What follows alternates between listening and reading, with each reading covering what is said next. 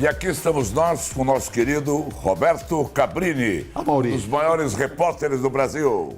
Obrigado. Você falando isso é até emocionante, porque você é um mestre nesse ofício de entrevistar. Ai, que bom! Repitam isso bastante. Olha, eu sempre entrevistei o Cabrini fugazmente nos eventos. Cabrini, então. Hoje não. Hoje ele veio aqui porque eu quero conversar um pouco mais com ele sobre o seu universo tão rico, não é? Que ele está percorrendo há quantos anos, Cabrini? Eu tenho quase 40 anos de profissão. Não é porque eu sou tão velho, evidentemente, é porque eu comecei tão cedo. Claro. Você começou com quanto? Eu fui o repórter mais jovem da história da Globo, com 17 anos. Comecei com 16, numa rádio no interior, em Piracicaba, que é a minha terra natal, e a Globo estava reformulando os seus quadros e me descobriu em Piracicaba, me contratou aos 17 anos, eu já fazia matéria para o Jornal Nacional. Tudo na minha vida, a Mauri, foi muito cedo, eu fui correspondente com 21 anos, cobri Copa do Mundo com 22, enfim. Eu gosto do que faço, acredito naquilo que eu faço e me sinto hoje conversando contigo como se eu estivesse começando, como se eu estivesse naquele primeiro dia que eu entrei numa rádio ou no primeiro dia que eu entrei na Globo. Eu tenho um entusiasmo e um otimismo em relação à nossa profissão. Você é um grande profissional.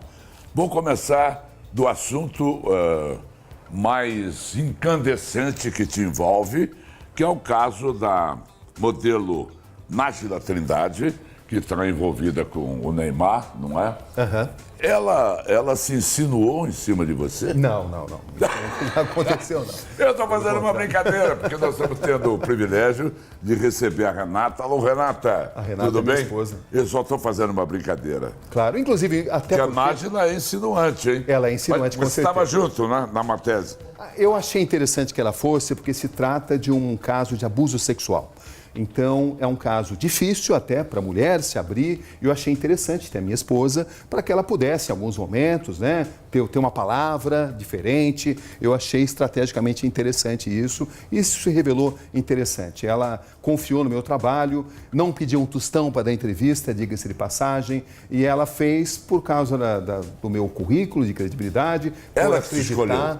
Ela praticamente me escolheu. Claro que ela era o grande assunto. Em jornalismo, para você conseguir as grandes matérias, você precisa reagir rapidamente. No próprio sábado, quando surgiu a notícia, a gente estava lá no apartamento dela. Eu fui até o apartamento dela, entrei em contato. Primeiro eu entrei em contato com ela pelo WhatsApp. Ela conhecia o meu trabalho, confiava no meu trabalho, e ela disse logo de cara que estava se sentindo muito mal, acabou pedindo até a nossa ajuda, porque estava se sentindo muito mal, tinha um filho para cuidar, e ela acabou desenvolvendo uma confiança. Mas que tipo de ajuda que ela te pediu? Ajuda psicológica. Ela se sentia muito mal, estava se sentindo assim, deprimida, pelo menos é o que ela relatava, né? Comi uma fatia de pão. Você está totalmente convencida que conseguiu mostrar a ele que você não queria, não desejava mais a relação sexual? Falei, para.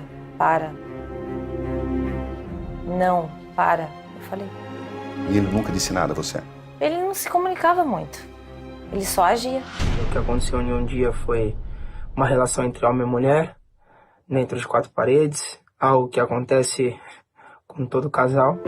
O nosso colega Mauro Naves tentou ajudar um dos lados aí e se deu mal.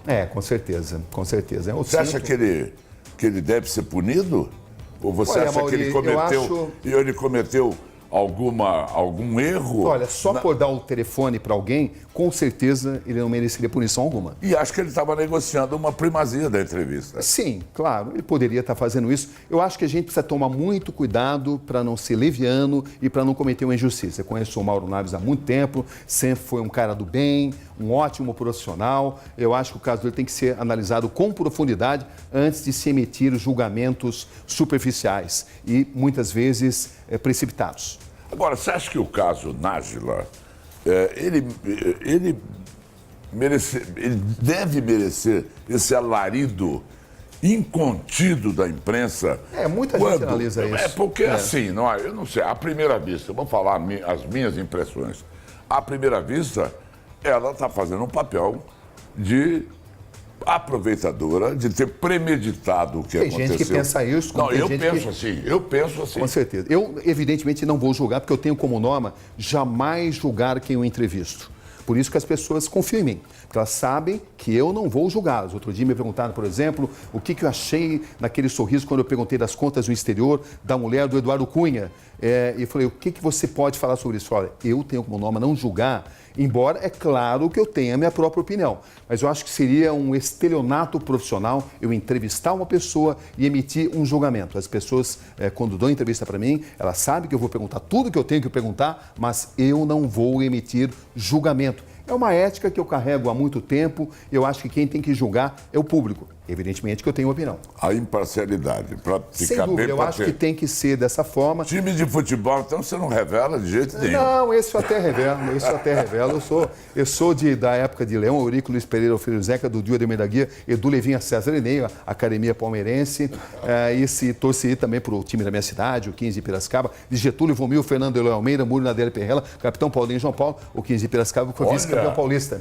Então, mas basicamente eu gosto do futebol bem jogado. Qualquer jogo onde as pessoas tenham magia e saibam driblar, saibam fazer algo não previsível, me seduz. Eu gosto do esporte enquanto arte lúdica, é isso que me atrai.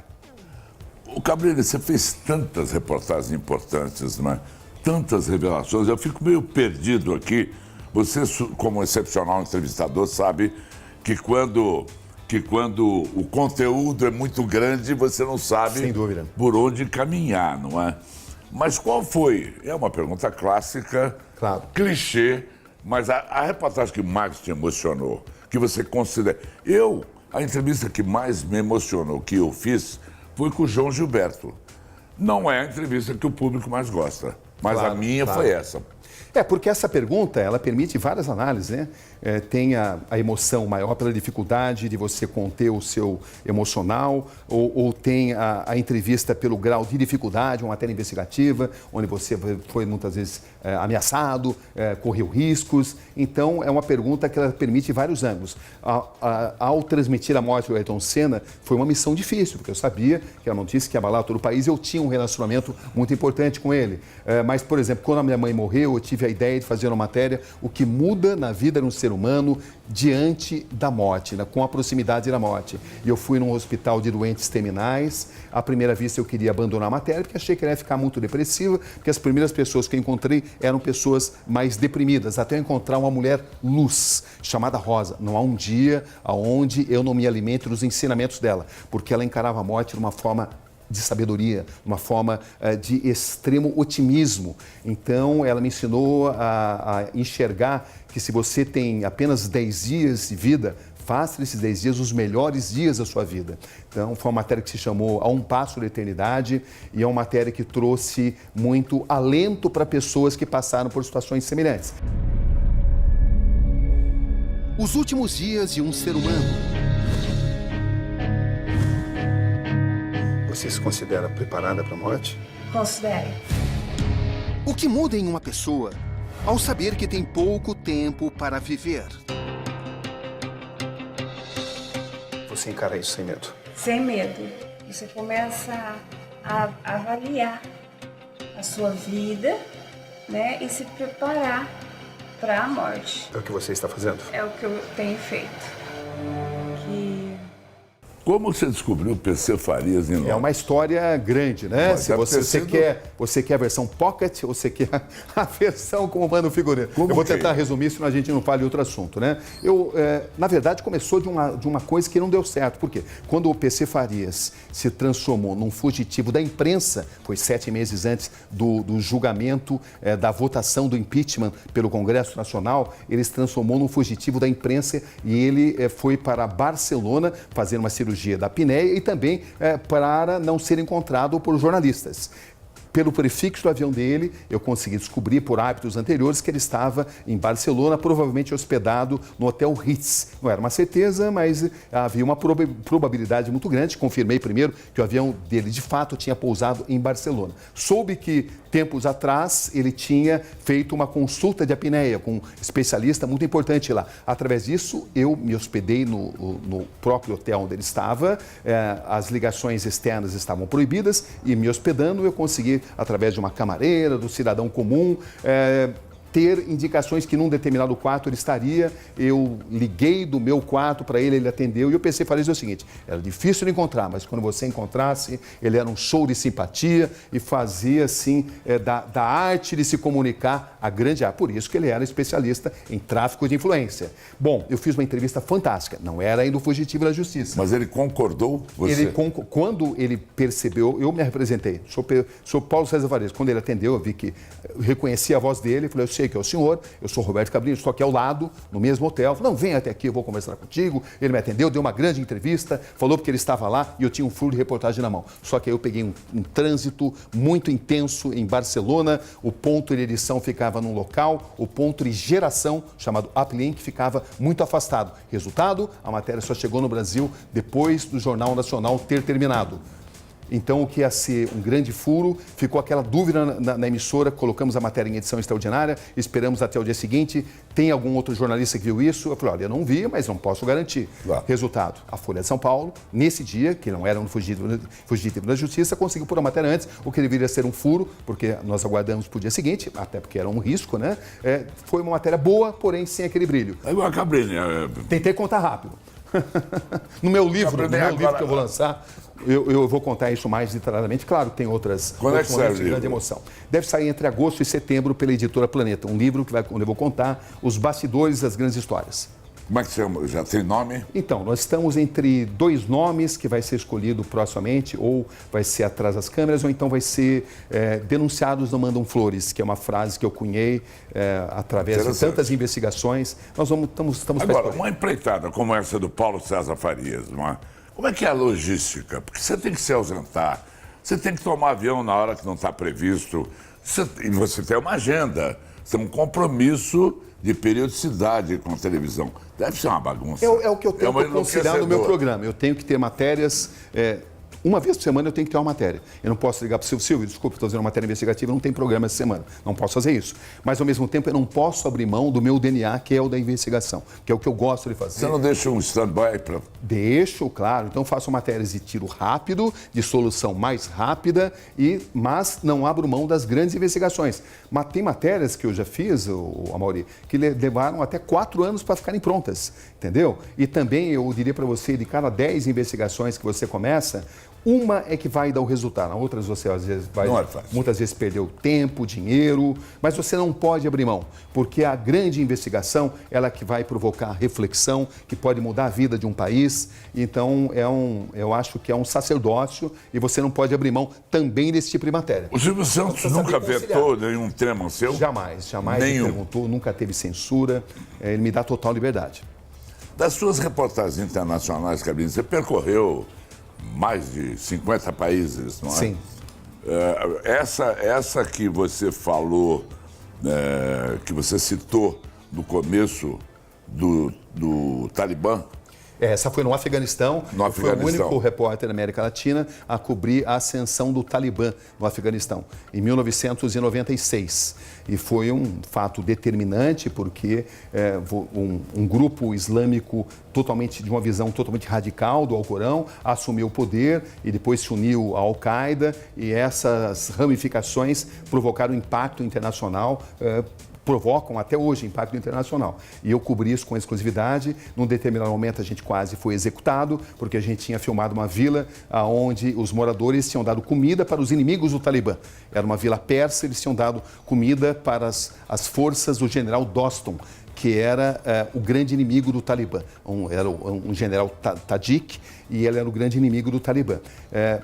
Como eles tinham dado comida, eles estavam sendo dizimados. E a gente conseguiu, com exclusividade, filmar tudo isso. Eu achava que a gente não tinha sido notado, mas na saída a gente foi interceptado por forças do Talibã. E graças pelo fato de eu saber falar algumas palavras em pastum, eu consegui convencê-los a me levar para um comando que falasse inglês. E aí consegui convencê-los a duras penas que eu estava perdido e que eu não estava atrás de filmar esta matança. E ao invés da gente sair dali executado, a gente saiu dali com um almoço à moda deles, evidentemente, que era tomate, pão e chá. E muitos mosquitos, mas olha, os melhores banquetes que eu já tive. O dinheiro do Afeganistão a cada dia vale menos. Aqui a inflação passa dos 300% ao mês. Aqui nesses 2 pacotes, nós temos cerca de 200 mil afeganes, que vale menos do que R$1. Você é um cara muito corajoso nessa sua investigação e na exposição no ar. Você foi ameaçado alguma vez de Isso aí morte? faz parte. Mas a ameaça, ela é até boa porque ela sinaliza que você está diante de algo interessante e importante. Ninguém ameaça por nada. A ameaça é um sinalizador importante para as matérias. Eu sempre mostro para os entrevistados que eu não faço matérias por perseguição pessoal. São matérias de interesse público. A matéria só é válida quando ela tiver interesse público, jamais para invadir a privacidade das pessoas, jamais para perseguir quem quer que seja. Mas isso é assustador. Por exemplo, a Renata está aí, vocês têm 2 filhos. Sim. E quando alguém liga para a Renata e fala, olha, manda o mestre Cabrini parar com isso aí, que vocês têm 2 filhos, hein? Como é que treme a sua Com base? certeza. Matéria investigativa é igual a ameaça e as pessoas ameaçam, intimidam. Por isso que eu conheço a frase, denunciados não mandam flores. Felizmente, ela é uma pessoa bastante tranquila, que me apoia em tudo. Eu faço as matérias porque acredito no benefício que elas vão trazer para a sociedade. São decisões que você tem que tomar. O empregador nunca vai te obrigar a fazer uma matéria. É uma decisão filosófica até, que você toma, entendeu? E ela acredita no meu trabalho, me ajuda. Evidente que eu não a levo nas matérias mais arriscadas, né? Mas nas matérias mais leves ela está presente. E a gente procura sempre demonstrar que nós não estamos fazendo matérias por questões pessoais. Fazemos uma matéria apartidária, uma matéria imparcial e pelo interesse da sociedade. E o fato é que é o seguinte, né? Eu estou aqui, vivo, conversando contigo ainda, então... Como é que você tomou preferência no jornalismo em fazer um programa explosivo? Eu diria um programa investigativo, mas é um programa que ele procura conciliar relevância com popularidade. São matérias, ora mais populares, de personagens populares, de assuntos do cotidiano, e por outras vezes matérias de maior densidade, matérias de investigação. Nós não podemos abrir mão da relevância, mas também não podemos jamais ter um olho na popularidade. Não há circo sem bilheteria. O programa precisa ter uma determinada performance, mas, por outro lado, você nunca pode abrir mão de fazer matérias que vão ser importantes para o público formador de opinião. Essa equação não é fácil de ser resolvida, mas é através da boa solução dela que reside o sucesso do programa. Mas você cuida para que não esbarre no sensacionalismo. Com certeza, sempre, sempre. O sensacionalismo é o seguinte, se sensacionalismo for você mudar a realidade, exagerar fatos, é um caso de polícia. Agora, se sensacionalismo for apenas apresentar a matéria de uma forma mais atraente para o público, algo válido. Depende da noção que você tiver dessa palavra. Mas o meu programa é essencialmente jornalístico, essencialmente sério, e por isso que tantas pessoas me procuram para falar de assuntos que elas não falam para outros, porque elas acreditam na seriedade do programa. O programa do Cabrini não é sensacionalista, é sensacional. Para repetir o nome do programa da nossa colega Daniela Albuquerque, que tem um nome de sensacional na Rede TV. Você ficou 10 anos, você está há 10 anos no SBT. Sim. 10 anos. É isso. O que mais? Você vai fazer um livro agora? Estou fazendo um livro sobre bastidores das matérias. Qual é o próximo tema? Secreto? Olha, eu sempre digo que a melhor matéria é sempre a próxima. Você conversou com o Henrique Prata, do Hospital do Amor, que é o ex-Hospital do Câncer de Barretos. Ficou muito top. Percebi que você botou na tua pauta. Claro, com certeza, porque ele é o exemplo de um brasileiro honesto, competente, mestre numa boa gestão e também alguém que luta com todo o seu esforço, com toda a sua sabedoria, contra a corrupção, contra a máfia da medicina privada. É claro que não se pode generalizar, tem pessoas que fazem a medicina privada a melhor das medicinas e como tem pessoas que fazem a medicina pública algo honesto também. Mas eu acho que há uma máfia operando onde a prioridade é o lucro. E ele, sem dúvida, é um homem que conhece muito bem dessa questão, né? Da prevalência do lucro em detrimento da vida humana, do mau uso do dinheiro público, enfim. Eu acho que a questão da saúde no Brasil é uma das principais epidemias que existem. O público é pessimamente tratado, os impostos são cobrados e o retorno não vem como deveria. Existe uma gigantesca massa humana que parece preparada mais para morrer do que para ser salva. Grande Roberto Cabrini. Vou agora atenuar aqui. Posso atenuar? entrar num Proust aqui, rapidinho. Qual é o teu maior orgulho, Roberto Cabrini? O maior orgulho? O maior orgulho é quando percebo que fiz uma matéria que ajudou a promover justiça.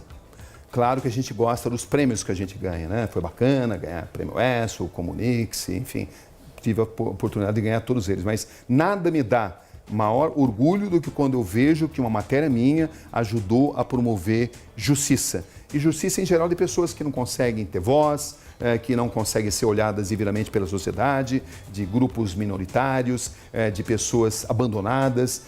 O meu maior orgulho é que muitas vezes eu consigo, através da conscientização, porque o dever do jornalista, Amaury, não é de fazer com que as pessoas pensem como ele pensa. Tem tanta gente que tem tanta gente que procura fazer do jornalismo uma plataforma para espalhar seus próprios princípios, quando o ato nobre do jornalista é abrir espaço principalmente para aqueles com os quais você não concorda. Esse é o ato mais nobre. E você não deve buscar com que as pessoas pensem exatamente como você. Você deve promover uma diversidade de opiniões e, sempre que possível, ajudar a combater as injustiças. Não há um dia que a gente não receba pelo menos 10 pedidos para que a gente investigue fatos, até porque as instituições brasileiras nem sempre funcionam como deveriam. Em todos os segmentos existem grandes brasileiros, grandes profissionais. Mas o fato é que as nossas instituições ainda estão longe de funcionar como deveriam e o jornalismo muitas vezes é procurado para conscientizar as pessoas para que elas tomem decisões melhores. O que você faz para se divertir? Lazer, você e Renata. Eu gosto muito de ler, gosto muito de ir no cinema, gosto muito de assistir as séries, gosto muito de jogar tênis, gosto muito de assistir tênis, gosto muito de assistir futebol. É por aí, leitura, alguns esportes. Se for convidado, você entraria para a política? Não, porque eu acho que eu presto mais serviço ao país fazendo o que eu faço. É? Com Isso certeza. É definitivo? Eu gosto de ter uma posição apartidária. O jornalismo brasileiro ele padece da partidarização. E eu procuro manter isso dentro do Conexão Repórteres, mais exercer jornalismo partidário. Definitivo? Não sei, só se algum dia eu achasse que eu pudesse contribuir. Não me sinto, não é o que eu vejo nesse momento. Eu acho que eu contribuo muito mais promovendo conscientização das pessoas e fazendo isso de uma forma a poder penetrar em todos os partidos. A corrupção não é um mal que pertence à direita ou à esquerda, é uma deformidade da raça humana. E é isso que eu procuro mostrar. Procuro fazer reportagens pelo mérito das questões e não pela procedência política delas. Um ídolo. Pobre país que precisa de ídolos. Eu acho que você tem referências. Você é uma referência. Por exemplo, o Ayrton Senna foi uma grande referência. Ayrton Senna. Mas eu não acho que as pessoas devam ter ídolos. Elas devam ter referência. Porque um país onde as pessoas dependem muito de ídolos é um país onde as pessoas não acreditam em si próprias. As pessoas precisam se conscientizar que elas sim têm o poder de decisão. Elas têm que buscar menos uma solução do governo e mais uma solução delas próprias, mais uma solução da própria comunidade. Quando você vê um buraco na rua, eu acho que em primeiro lugar você tem que analisar o que você pode fazer para solucionar isso. O buraco na rua, a corrupção, a desonestidade, o problema na saúde, é a sua contribuição e não aquilo que de uma visão paternalista o governo pode fazer por você. Então eu acho que a visão de ídolos ela leva a populismo e populismo leva a uma nação sem referência, uma nação inerte e imóvel perante as suas dificuldades. Roberto Cabrini, iconoclasta, prato predileto. Eu gosto muito de estrogonofe. Eu gosto bastante. Mas gosto feito também, pela Renata? A Renata faz um belo estrogonofe, ela faz um belo camarão, faz um belo risoto, que eu gosto muito também. Eu vou manjá-la também é uma das especialidades Viagem dela. inesquecível, de lazer. De lazer, olha, assistir um grande slam de tênis, por exemplo, que é um maior charme, ou uma Copa do Mundo, né? Eu já cobri 5 Copas e 5 Olimpíadas e é o maior barato, né? Eu gosto muito da imprensa esportiva, eu comecei fazendo esporte, até hoje eu gosto muito de estar entre os jornalistas esportivos, isso me faz bem. Roberto Cabrini. Tamo junto. Parabéns, querido. É uma honra estar aqui com o mestre Você que é o mestre. das grandes entrevistas feitas com classe, mas Olha! picardia. Obrigado, Roberto. Parabéns. Eu que agradeço. Continue sempre assim. Muito obrigado, querido, você também. Renata, muito obrigado, Renata. Cuida bem dele. Roberto Cabrini, especial para você.